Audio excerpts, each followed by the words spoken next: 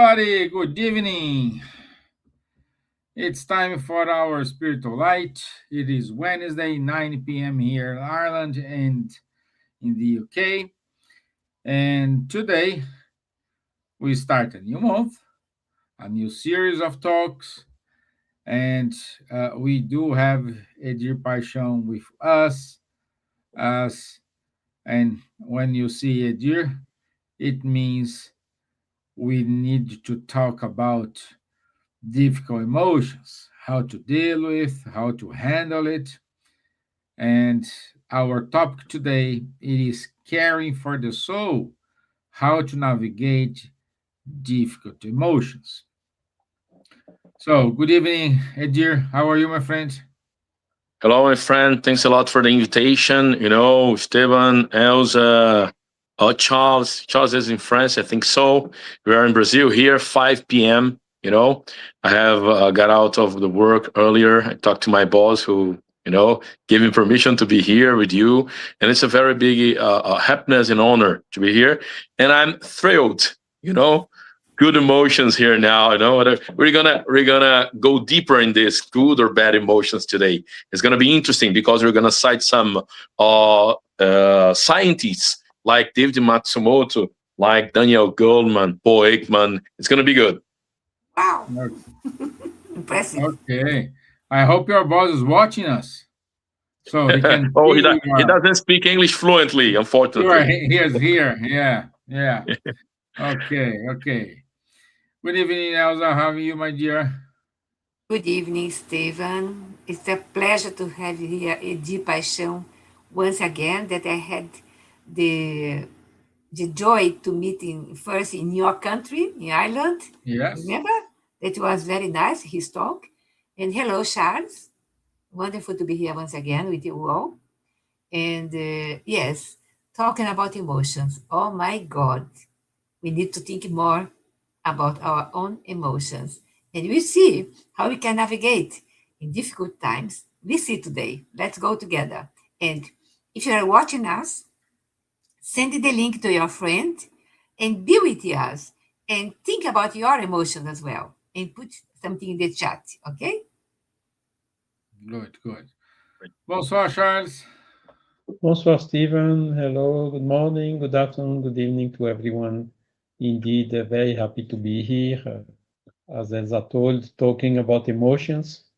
Hmm, What can we do? What can we not do? Uh, let's go and develop a little bit this subject according in the view of the Spiritist body of knowledge. Great. This is wonderful. So, as may begin, uh, in today's world, many people are emotionally overwhelmed. It's when you turn on the TV or read the newspaper or turn on the radio or any kind of broadcasting internet, you will see that the world is bombarded by uh, emotional turnarounds like anxiety, sadness, anger, fear, loneliness, exhaustion. So all this it's increasingly a lot. And Spiritism teaches us that emotions are not enemies. They are signals of soul's inner state. They reveal our struggles, our wounds, our attachments, and also our possibilities for growth. According to Spiritism, understanding we are, according to Spiritism, we are immortal spirits temporarily experiencing life in a physical body. Our emotional life is deeply connected to our thoughts, our past experience, our spiritual influences, and our moral development.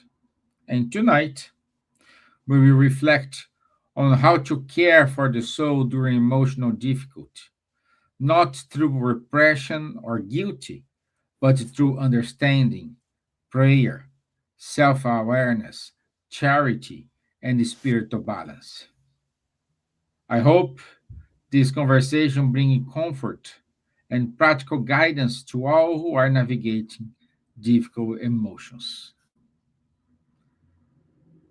So, that was my brief introduction for our call.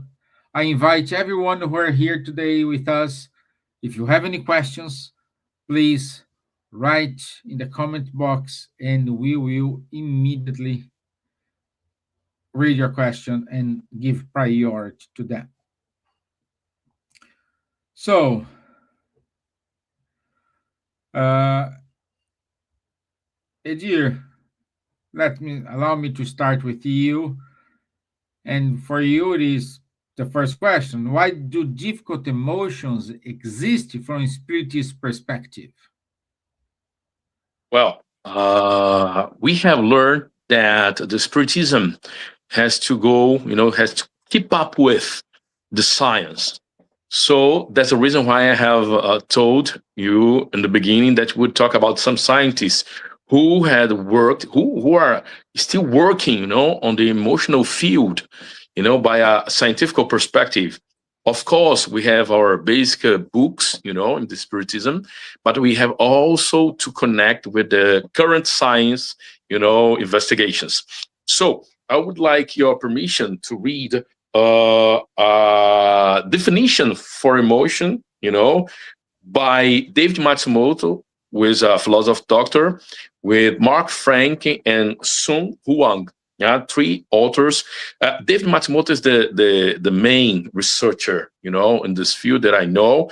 He has studied emotion for more than 30 years, more than 30 years, more than 3 decades studying emotion, and I'm simply in love with his work. What I would say, he defines emotion like a transient, it's fast, it's rapid, bio, psycho, social reaction to events that have consequences for our welfare and potentially require immediate attention and action. Emotions are biological because they involve physiological responses from the central and autonomic nervous systems. They are psychological. They are psychological also because they involve a specific mental process required for elicitation and regulation of response, direct mental activities, and motivate behavior. They are social because they are often elicited by social factors and have social meaning when elicited.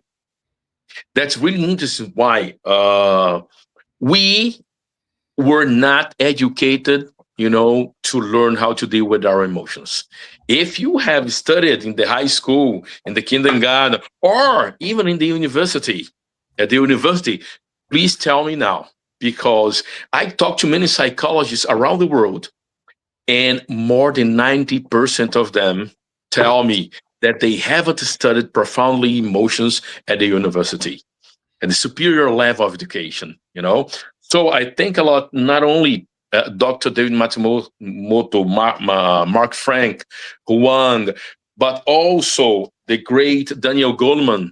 Paul Ekman is also a great author in this point of view. And what I have learned, that the emotion in it, as you have told us, that Spiritism has a different perspective about emotions. The emotion in itself, it's good, it's useful, because emotions can protect us.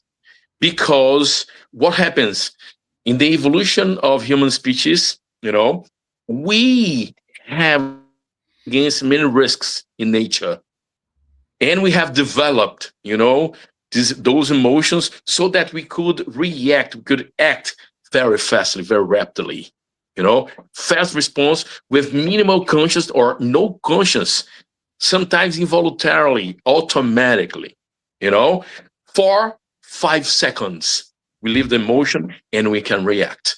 I would like to tell you, so when we are not educated, about emotions, we can live the emotional experience in a bad way. So you're going to think the emotions are bad. But let's see what I'm going to tell you now. There is a very good writer, named Arungand. Arungand is the grandson of Mahatma Gandhi. And he wrote a book named The Virtue of the Anger. Anger is one of the most, one of the main emotions we can have. Anger is going to create in us energy so we can fight. But Arun Gandhi is going to teach us in his book that I cannot kill someone if I'm angry. I can channelize, I can redirect the energy of anger to positive, to good construction, to build good things. That's wonderful, I don't know if Elsa remembers when we had a training with Arun Gandhi. I think it was 2020, online. 19? 19. It was amazing, because we have learned that the emotions are not our enemies. But when I don't understand, when I don't know how to deal with my emotions, I can have bad experience with emotions, and I can look at this in a negative, in a bad way. But when I understand that even anger, because many people, they demonize, they think anger is totally bad. But when we learn how to channelize, how to put this energy created by anger to positive things, we're gonna have a very good experience with, our emotions. Mahatma Gandhi had, worked wonderfully in India. He said, it's recorded in his film, his biography that was filmed and got 8 statues of Oscar. He said there, sometimes I'm angry, sometimes I hate, but I do not kill. I do not use aggression or violence. I get this energy to work for the freedom of India, to help people, to help my country. That's amazing. And if you don't know, there is the nonviolent communication, by the psychologist Marshall Rosenberg, and the person who writes the preface, who starts presenting, introducing, the book is Arun Gandhi. Arun Gandhi is the guy who's gonna, present the book. So that's amazing. I would like to start this, saying this scientific knowledge about emotion. And to end this first part, I'd like to tell you that sometimes we think, for example, disgust. Disgust is not good to feel, but it can help us. It can be useful. I'm going to give you an example. Let's think that we're now in Europe, maybe in England. We have a party, we are together talking happily. And there is a child, 2-year-old boy, that comes to get together us. We are going to have a dinner, supper. And this boy, 2 years old, very young, he can see an apple, very beautiful and red apple on the table. This boy grabs the apple and bites the apple. But the apple was beautiful outside, but it was rotten inside. The boy probably will feel an emotion, name it disgust. It's going to show, in the face, a face of disgust. And this is the emotion. It's fast. What is the second thing after showing his face, the disgust that this boy is going to do with the rotten pieces of apple inside of the mouth? It's going to put it out, And when the child puts it out, the child's going to be protected against the rotten pieces of apple. So many people think disgust is something very bad. It's not good to feel disgust, but it exists to protect us. So we have a very high necessity to study emotions, to learn about emotions, and to use it in our day by day, in our daily routines, so that we can see emotions, scientifically in this sense, in this core, and use it to help us. If we knew more about emotions, we would be much more successful in our personal, interpersonal relationships, right? I leave to you comments, Correct. or another question. Charles, do you want to compliment from what you said? I see your image is frozen, but we can hear you, Stevan. Yes, indeed. I think very interesting what Edir just explained, and also your introduction, Stevan. And basically, we cannot avoid emotions. Emotions are part of nature, huh? And they come from some kind of instincts we still have. For instance, the best example is the fear. When we fear something, let's suppose there is a fire somewhere. Fear, So fear. we feel the fear emotions and we run away. So it's the instinct of conservation that we see on the animals, as that we still as humans do have. Nevertheless, when you see a fireman, for instance, he replaced this instinct by intelligence. Why? Because he studied the fire, he knows the factors, he knows the dangers, and then he instead of running away, he's analyzing the risk. Of course, if the risk is too high, he will also take distance. But if the risk is Wonderful. under control, he will go and fight against the fire, you know? So this is a very perfect example showing that with intelligence uh, we cannot avoid the emotions, but we can face them, we can control them, and we can even use them for doing good, as Edir well explained. So everything is emotions are unavoidable, but what do we do with the emotions? What are the sentiments which are coming from this?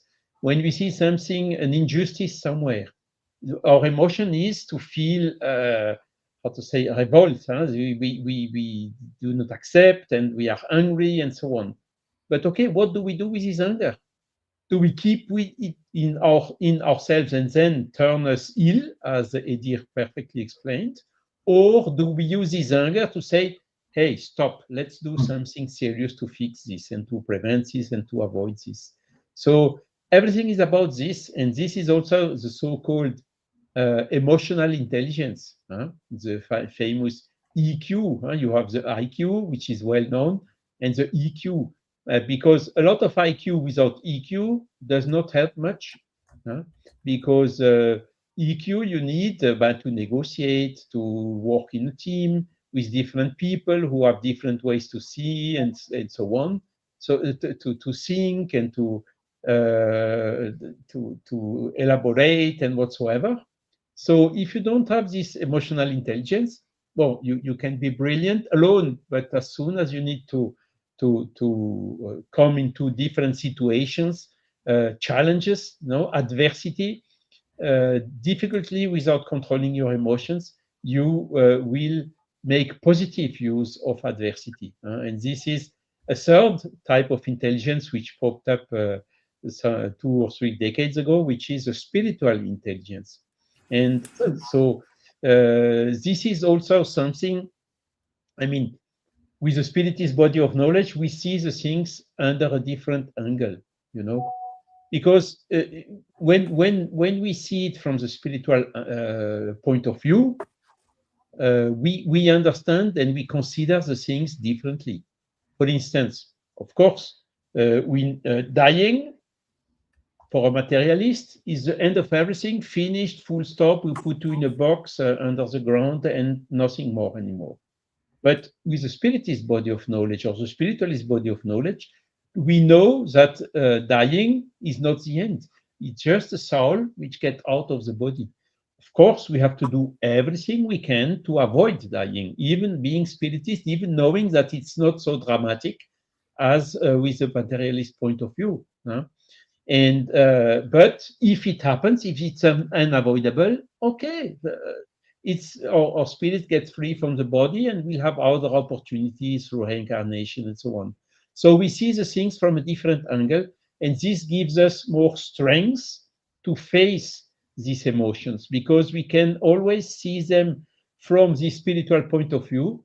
Okay, I lost everything material I had, and then we think, yes, but okay, anyhow, the day I go back to the spiritual world, I will not take anything of material stuff with me. So where is really the important things? It is in what we acquire as intelligence, as emotional intelligence, as spiritual intelligence, goodness. All this we take with us. So even we have the emotion of losing something material, we will have the resource to overcome it, to end, to react positively to it, to see the things from a different angle. So indeed, Spiritist body of knowledge helps us a lot in getting the emotions better under control, even if they are unavoidable, and learn from them instead of entering in a kind of a vicious circle. Great, Charles. Beautiful. I thought just one comment. I thought it was really interesting when Charles was talking about fear, because I'm a firefighter. I'm a fireman. And sometimes I have to fight. To put out fires. And I have remember the philosopher Aristotle, who told us that if you have too much fear, we're going to be paralyzed. When we see something very risky. When we have no fear, we can lack prudence and we can risk too much. So he's going to say that the balance is in the middle. It's really interesting. How can we get this balance? Training, condition. Psychologically, I would say we use fire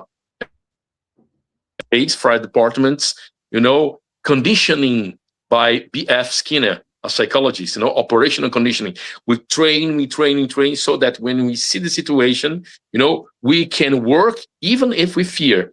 But you were wonderful when you said, if it's very high level risk, we can use other strategies. We're not going into, for example, a building collapsing if we are sure it's going to be, collapse. But there are ways I can risk. I'm not sure it's going to collapse. Okay, I can risk. There is a measurement in this conditioning, the experience. So that's wonderful. And let's remember, being, afraid of something is not a problem. As long as we don't get paralyzed, in front of the risk. When we train, when we learn more about our emotions, we're going to deal very good with those emotions, and we're going to pass to another level of life quality, in my point of view. All right. Sorry, Stevan, I stopped you from talking. Okay, but now, otherwise I would forget. Okay. Thank you so much. It's brilliant. The context you gave is brilliant, because having fear is okay. Being paralyzed by the fear is not okay. Yeah, I like the context. My dear Elsa, do you have any addition? I remember right now that Vanessa Anceloni, Dr. Vanessa Anceloni, the one that founded the Allan Kardec radio and the Spirits magazine, so many good things. She also founded the School of Emotions in Virginia, United States. Great. It's really great. So she did it. The first lecture was, I think, in 2010 in Valencia, that I was so impressed, because if I am a person that fear everything, and sometimes I fear, that would be good to do a school to learn how to deal with our emotions, as you said before, balance. For everything should be a balance. Otherwise, we can be in more trouble than the fear. And I was reading and preparing something when I saw the lecture or the theme. And so I always bring the Spiritist point of view and with Joana de Angelis that help us in this part of emotions, etc. Joana de Angelis is always teaching us self-knowledge. Self-knowledge is part of how we deal with our emotions as well. From a Spiritist perspective about the emotion, difficult emotions are not seen as a punishment, as Charles pointed, but as opportunities of to grow. And according to Kardec, the human being is an immortal spirit undergoing a process of evolution. So, of course, we have instinct, we have intelligence, and instinct help us to conserve our life, as instinct of feared or you see a imminent problem or car crash, you can organize yourself immediately. That is good, how to deal with that. And the emotions are part of our journey. And that's it. Né? It reflects our inner state and our level of moral and emotional development.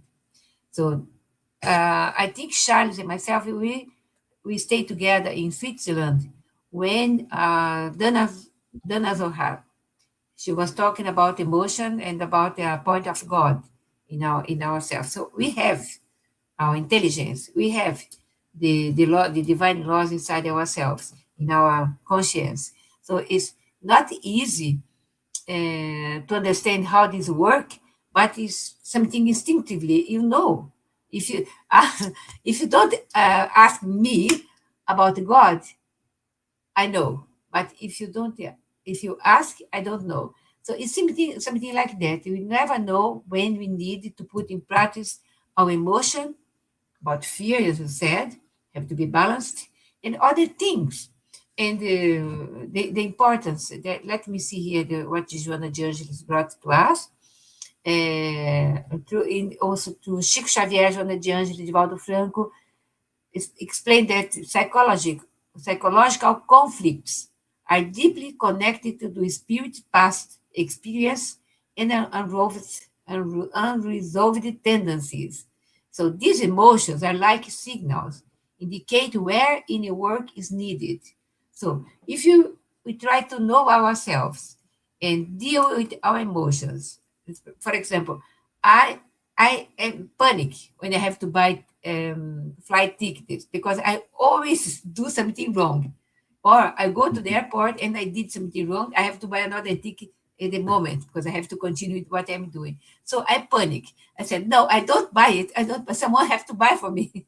Otherwise I panic. So how I deal with this emotion that is crystallized in myself, I have to know. Perhaps I can go to a school of emotion to Vanessa Anceloni and try to solve this problem. It's a psychological problem that I acquired, I don't know when and where, but it's in me. I know that. I know how that is difficult to deal with that. And I have to overcome my this bad emotion, let's say like that is afraid to buy a ticket. How this could be? Elsa, silly Elsa, what are you doing with yourself? But it's something that is there. I know that we have so many different things. I don't criticize other people that have similar things because I know how I am. No? Try to solve this problem with myself. Okay, only that. Open my heart now. Great. Wonderful. Wonderful.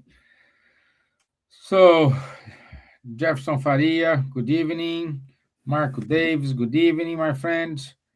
So good to have you here. Let me see who more. Hernani Mariano. Good evening, and other people who I cannot see their names. Again, if you have any questions, please let us know right in the comment box and we give priority to them. Dear Elsa, can spiritual influences intensify emotional struggles? For sure. Yes. Okay. Always bringing us a spiritist perspective. Né? Spiritual influences can indeed intensify emotional struggles.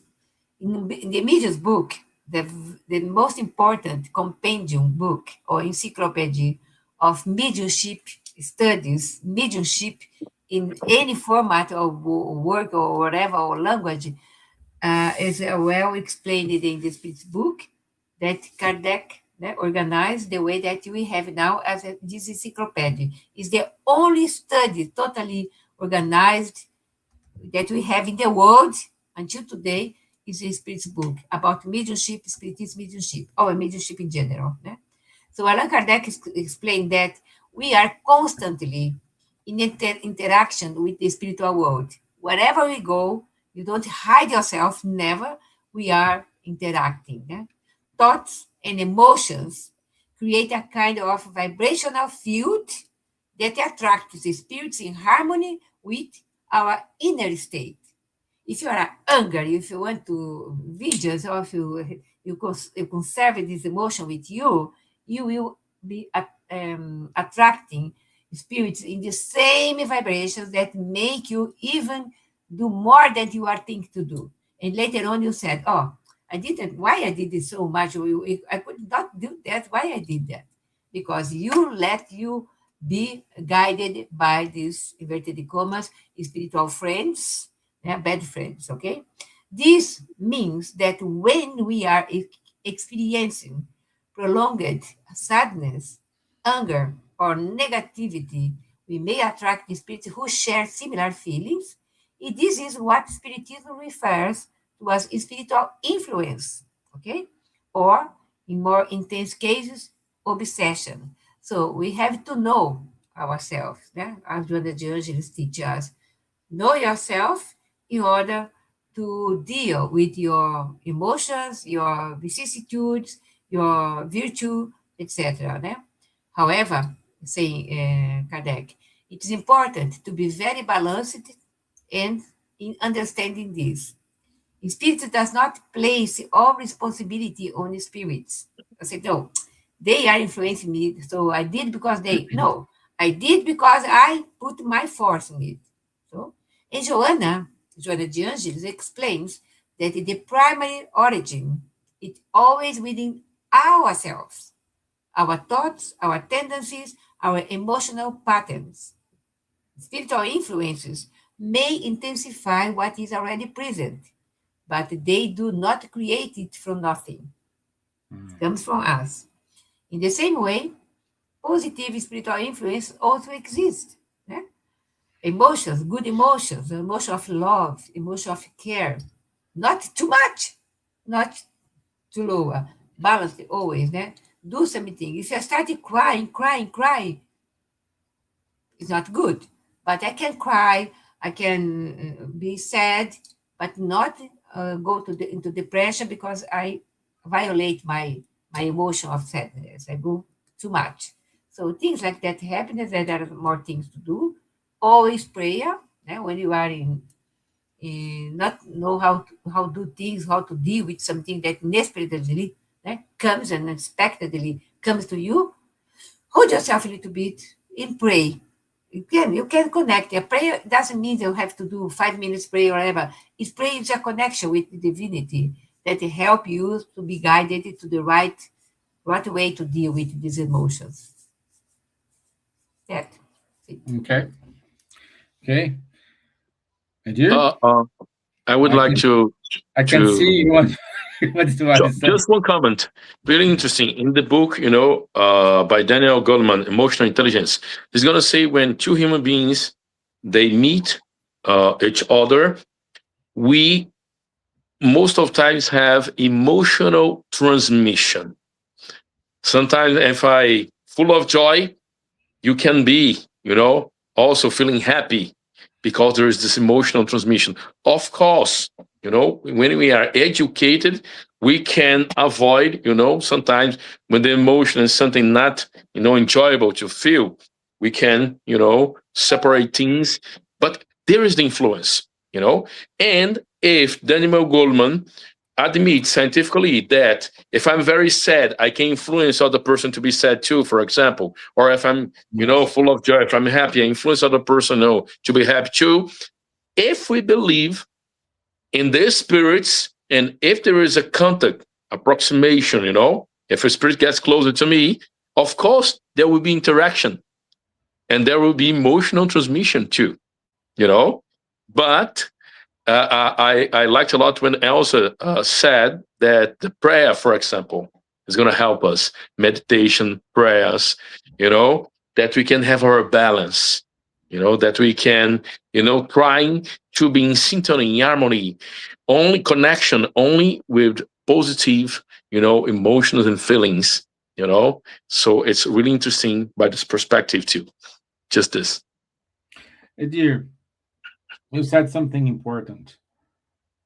Uh, if I am not balanced and I will help someone who is asking for help, in my opinion, first of all, if in a team like you as a firefighter, you should be the first one to raise your hands and say, "Guys, I'm not able to do this job today." Sure. For sure. So For you sure. need to have this perception. Yes. Yes. And I sometimes I ask when I train, firefighters throughout Brazil, out of Brazil too, and many times when we are gonna have trainings and we are having intervention with people in crisis, I will ask, whose are the most important emotions? The victim's emotions or the firefighter's emotions? You know, Firefighters. many of them will answer the victim's emotions. Oh, no, no, no. The firefighter's emotions, because if you are not good, you know, we will Yeah. not be in condition, in position to help, the victim. And I totally agree with you. If I'm not fine, I have to be the first one to raise my hand and say, hey, I cannot do this work now because I'm not in the position, not in condition to do so. That's very, very important, to have the perception and to be humble enough to Exactly. understand that we Exactly. are human beings, that we have our limits, that we are not perfect beings. We are human beings. We have our limitations, our limits, and we have to respect it and respect the victims too, because if I'm not fine, I can cause harm, more Yeah. harm to those victims. So this is something very important to be said. One example here. I also work, training people with negotiations, policemen mainly, you know.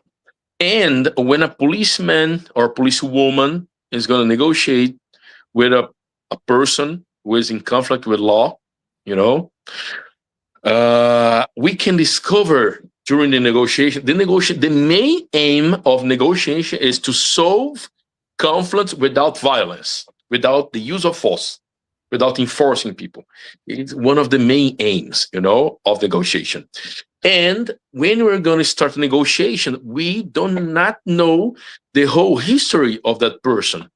Maybe during this negotiation, this dialogue, this communication, I can discover something, that for me, it's going to trigger emotions that can make me overwhelmed and out of control or violent.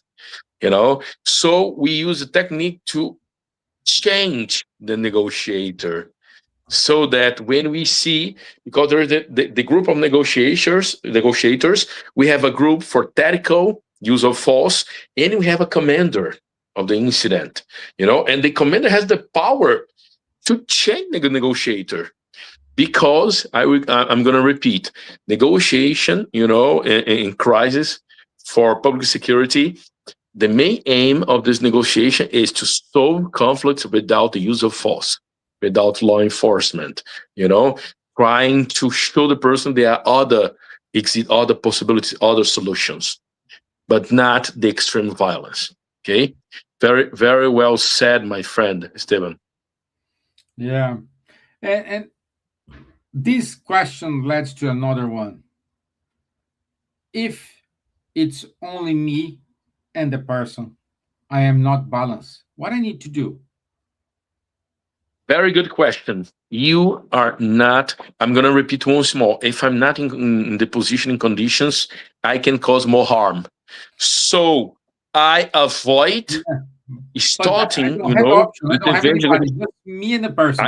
I have to ask. You don't have anyone now, but you can dial 911. I don't know the number, in France, in Ireland, in Brazil, it's 913. But in my town, Fortaleza, if you dial 911, they're going to direct you to the police station and the firefighter station. It's interesting because Yeah. we receive many tourists here in the town, So I thought it was very smart strategy to make our public phones, Yeah. to connect with our center for help, people in the public safety. And if you are not in condition, in my point of view, you ask for other person to help you. Why, my friend, Stevan? If I'm driving my car and if I find the person who was ran over, car accident, the person was ran over, the driver, escaped, abandon the victim there, in the middle of the road, and it's only you and that person, Stevan. Yeah.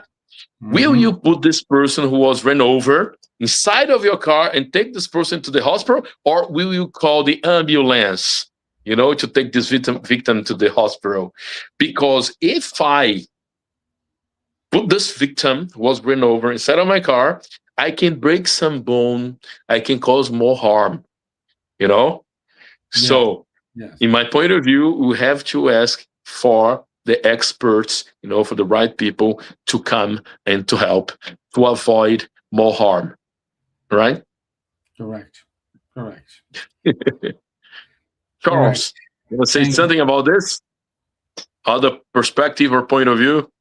Yeah, I mean, fully right. Again, it's a question of intelligence. If you don't know what you are doing, in case somebody is injured on the ground, you, of course, if it's really the person is under the water, you try to put it out of the water. This ultimate emergency, let's say so. But otherwise, you rather call the people which are how to say, which have the know-how of what to do, how to do, what to check, and so on, to do it safely. But interesting also is what Elsa developed, this spiritual aspect of the things, of the emotions. The spirits are amplifying our emotions in the good direction or in the wrong direction. And this is also why, in the Spiritist body of knowledge, Kardec established a scale of spirits and how to recognize these spirits. Do they have good intention or not? And if you are harassed by spirits with bad intentions, how you get free from that? All these questions are absolutely key. And one main driver for it is, if you want to keep more distant or to reduce the influence of the spirits which have not good intention, the best way is to attract the influence of the spirits with good intentions, of the spiritual mentors, and so on. And they will then overcome and help you also in controlling your emotions, And then this is also important to know, that it's not only a question of just intelligence, it's also a question of what's happening around us in the spiritual world. What type of influences are we suffering? And I think even this, we talk about the spiritual realm, but it's also in the physical realm now, because the information we are bombarded 24 hours, 7 days a week is highly impersonal. We also don't know or see immediately what or who is behind it. And again, we talked about fear. Fear is one of the biggest levers used by the people who want to manipulate you or to push you to do something they want and which is not good for you. Great, Charles. Let me tell you something that I share with my friends, colleagues, firefighters when we train. I used to say, any help doesn't help. Any help does not help. Only the right help is gonna really help. It's really interesting, and talking about the spiritual and the spirituality and in our beliefs in the spiritual world. Elsa told us, the power of prayer, and when I go, I can have my prayers in my mind. I'm not obligated to you, to speak them out and loud, we can also, else, do you agree with me, have our silent prayers in the mind in order to respect somebody else's beliefs too. Because I believe in the spiritual world, I believe in reincarnation, I believe in the spiritism, I believe in God, but sometimes we have victims who do not. And we won't have conflicts with those victims. But my inner environment, in my mind, I always pray and I ask God's protection and help and the spirituality help to do my work. It's gonna calm me down. Things are gonna be easy. I'm gonna be more confident with that. We have a philosopher here in Brazil. He was graduating history too, named Leandro Carnal. He doesn't believe in God, but in one of his books, he says, I do not believe in God, but I believe that when one person believes in God and have his prayers or her prayers, the person is going to help himself or herself, and helping himself or herself can help other people. Really interesting, really interesting. Yes. Can I say something, Steven, quickly? Sure. In 2023, I met for the first time Dr. Harold Koenig. He was speaking in São Paulo, the International Spiritist Medical Association Congress. And it was the first time that I listened a doctor saying that when he was about to do surgery, operation, he always prayed before, of course. And when he was about to clinically receive some medical things for the patient, he always prays as well for the diagnostic, etc. And it was the first time that I saw the doctor connected with the spirituality. He wasn't, I think, a Catholic. He was a evangelical church, I don't know. And when he says that, I felt myself so blessed to be there that moment. Listen, for the first time, I went to him, I talked to him. He gave me all these PowerPoint slides because I was so impressed with the way that he presents his speech and connecting his emotion to do operation, the heart operation, because he was a heart doctor, cardiac doctor. And he said that he always pray. That means pray for helping him, help patients, helping his emotion to be tranquil in order to do a nice operation. It's amazing, Great. but it's something that otherwise you can be, if you have to do operation without a preparation, a proper preparation, you can be wonderful surgeon. But if you have the connection with spirituality, you do more. Yes. Really interesting. One thing, I don't remember the name of the author of the text, a kind of article paper that was something like eating fear. The text was talking about the quality of the way we eat. Really interesting. When we are on a hurry, when we are afraid of something, when we are anxious and we're going to eat, we can eat very fast. We're going to have a bad digestion. We're going to be full of food, And the text was saying we are literally eating fear. When we pray before eating, when we thank, for having that meal, when we calm down and get things easy, soft, and we eat, calmly, we're going to have we are going to have a better digestion. We're going to eat less, probably, because when we eat, calmly, the feeling of satisfaction, is going to come. So I thought the text was wonderful, talking about this. And we know about the Spiritist, books. And it's a book it's by André Luiz, that he was saying that in a spiritual city, before eating there, they would pray, before eating. And there is a positive energy, to the environment and to the very food. I thought that was really interesting too. It's a way to use our emotional intelligence too, to easy, calm down, and take advantage of this wonderful moment that is, having our meals, breakfast, lunch, dinner.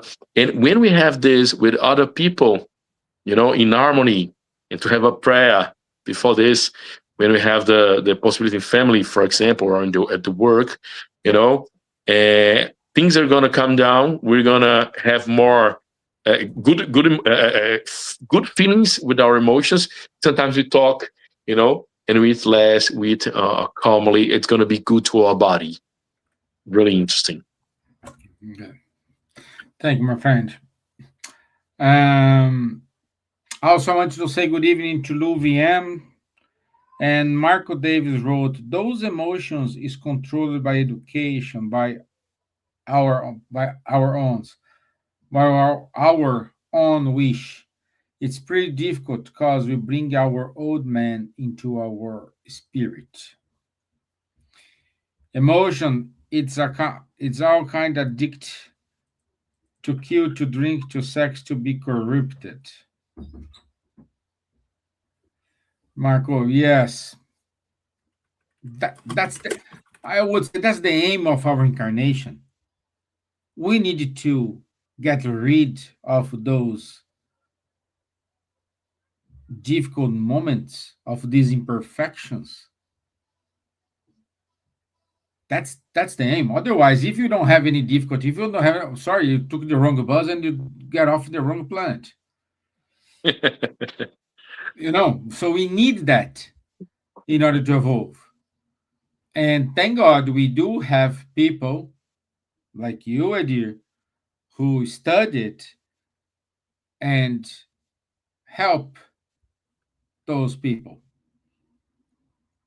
So we need to be very,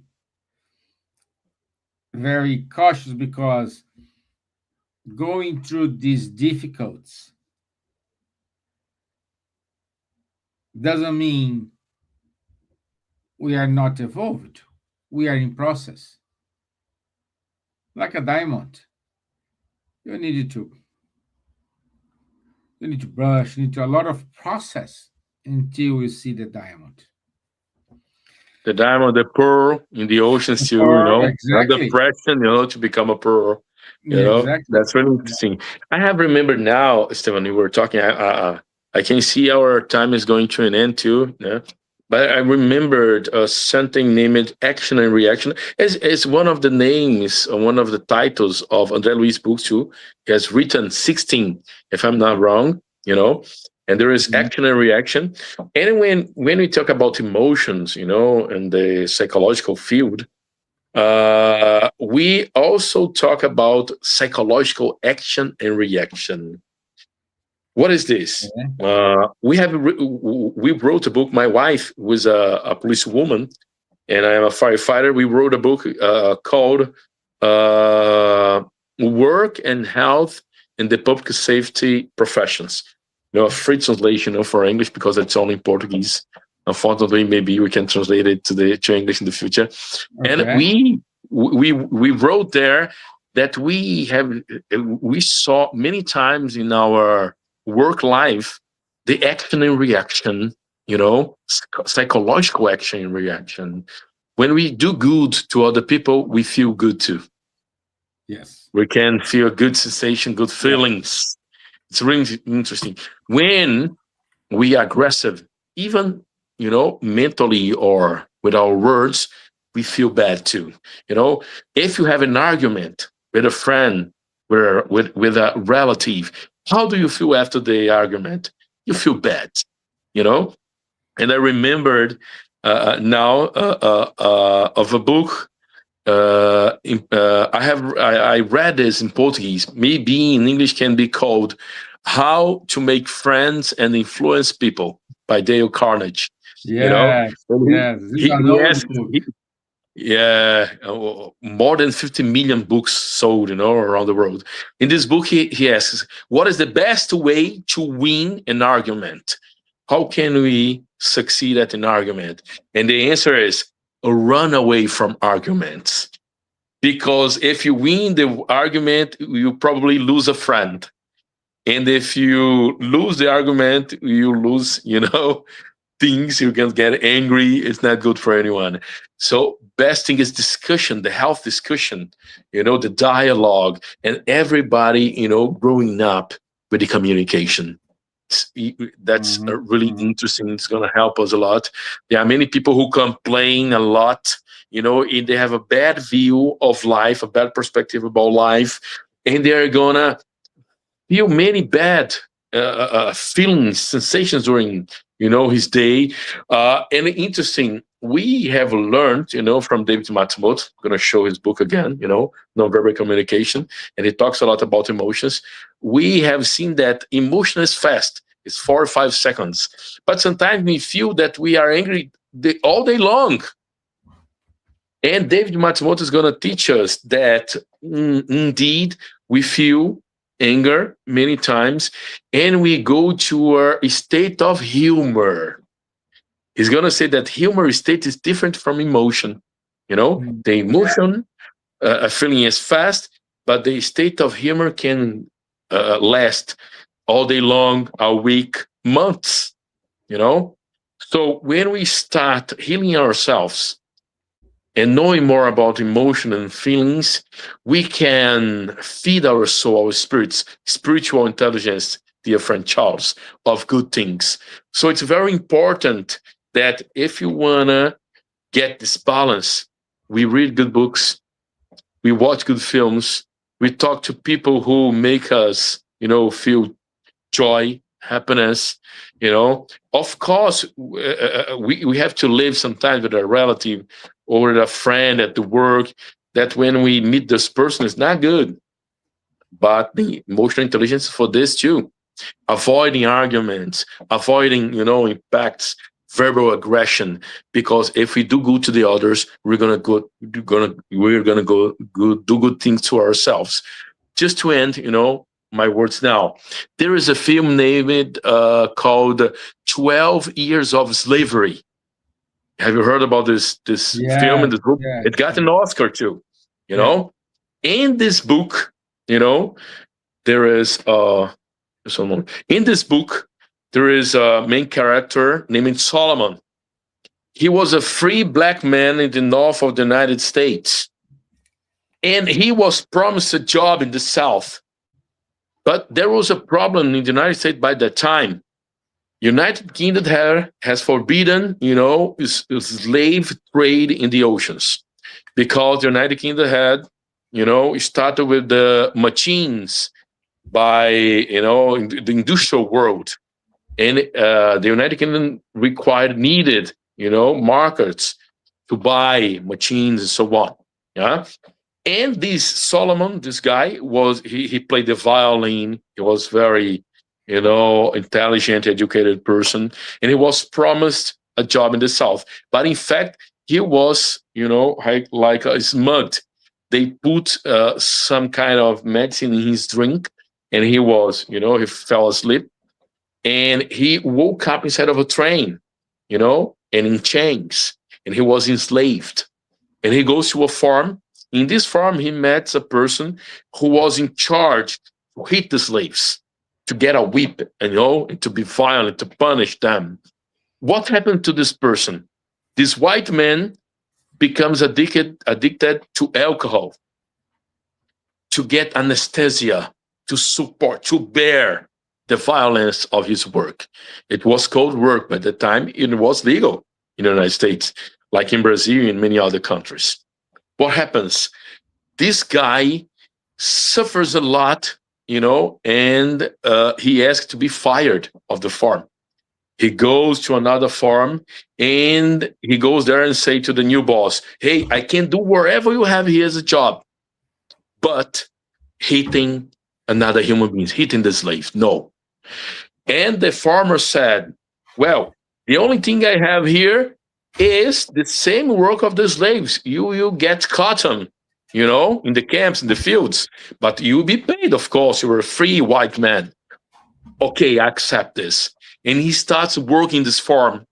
And Solomon know this guy, and asking, "Why have you changed? You went from a place you were earning much more money, and you came here to do the same work we do, receiving less money, sleeping on the floor, eating the bad food we eat."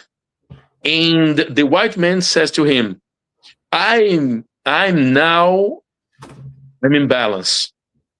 I'm not suffering like I used to suffer because nobody can hit another human being without hitting him or herself. When hit other people, hit ourselves. This is action and reaction, psychological action and reaction. I'm gonna advise you another movie so you can confirm what I'm saying. Another movie based on true facts, which is the American Sniper. And a sniper shooter who worked in Iraq War. And there he killed 116 people, but he became traumatized. He got depressed. He developed the post-traumatic stress disorder. He started hearing voices. He was haunted, with thoughts, with visions of the dead people that he killed. He was considered a hero in the army. His colleagues, his friends in the army would praise him as the best shooter they have met. But inside, he was totally destroyed, because nobody can hit other people without being hit too. This is action and reaction. We call it in the book I wrote with my wife, psychological action and reaction. And Spiritism, Christianity, they say they say the same thing. If we do good to the other people, it's going to be good to us too. That's a thought I would like to bring here. Talking about those emotions and feelings. I highly recommend you to watch the films. 12 years of slavery and this American Sniper, right? Right. Okay. Good. Good. So we are over time. So, Charles, I would say, do you have any final comments? No, just thank you, and I learned a lot today.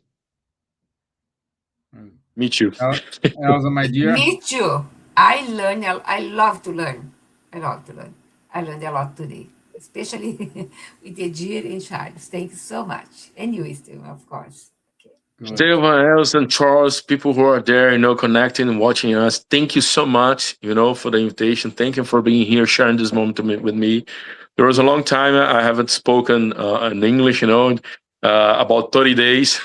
I was having a training with psychologists from Ukraine. Yeah, it was an amazing moment to be in touch with people who are struggling to help other people. This is very meaningful. This is wonderful. And thank you so much. Elsa talked to me, asked me another day, so we could get together for another talk, spiritual talk. That's amazing. Let's always remember we are not only material, beings, biological beings. We also have a spirit that lives forever. Let's take care of our spiritual intelligence, our spiritual, influence of emotions too. And thank you so much, for your presence, for your words. And let's go ahead with faith, with hope, and serving to save. Thank you so much. Okay, good, my friend. Thank you. Thank you. I am having some second. Let me download it because for some reason I cannot show the announcements. 1 second.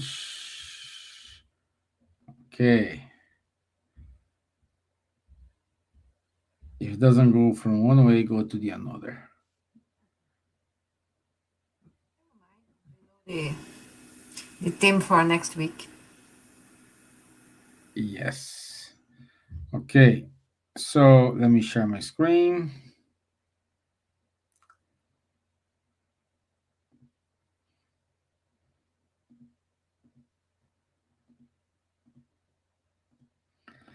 Okay. So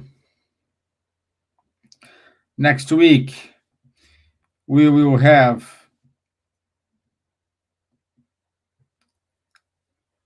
come on.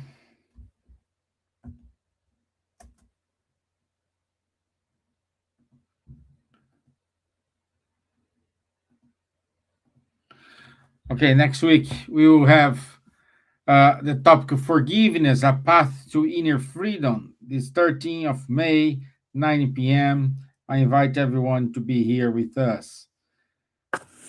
Every Saturday, we do have at 10:30 a.m. London time, the Medium's Book online study group with Charles, Munir, and Guilherme. Every other Sunday, we have Joana de Angelis study group from 8:30 p.m. to 10 p.m. London time. If you have more details, contact our friend Fabrício Assunção, and you can see his contact on the screen. For September, between 18th and 20th of September, we will have our gathering, Spiritist gathering, European Spiritist gathering in Vergemont, Belgium. Along with this main event, we will have the Spiritist gathering for kids and for youth. So it's great to see all people all over Europe joining us, talking to us, and sharing their insights. And it was going to be great to have you all there. And dear, here's the invitation for you. If you want to come, you will be more than welcome. Thanks a lot. So keep reading Spiritist Magazine. It's free of charge. And just go to the page, and there is always amazing articles. I want to say thank you to Cardiac Radio, Buzz, Life Spiritist Society, Francophonic Spiritist Movement, and Irish Spiritist Federation for supporting us in these 5 years doing this. Okay? So, thank you all. Thank you for everything. Edir, once more, thank you for your time. Say thank you to our boss. I will. Okay. Okay. Thank you. Bye-bye. Bye-bye. Take care. Thank you.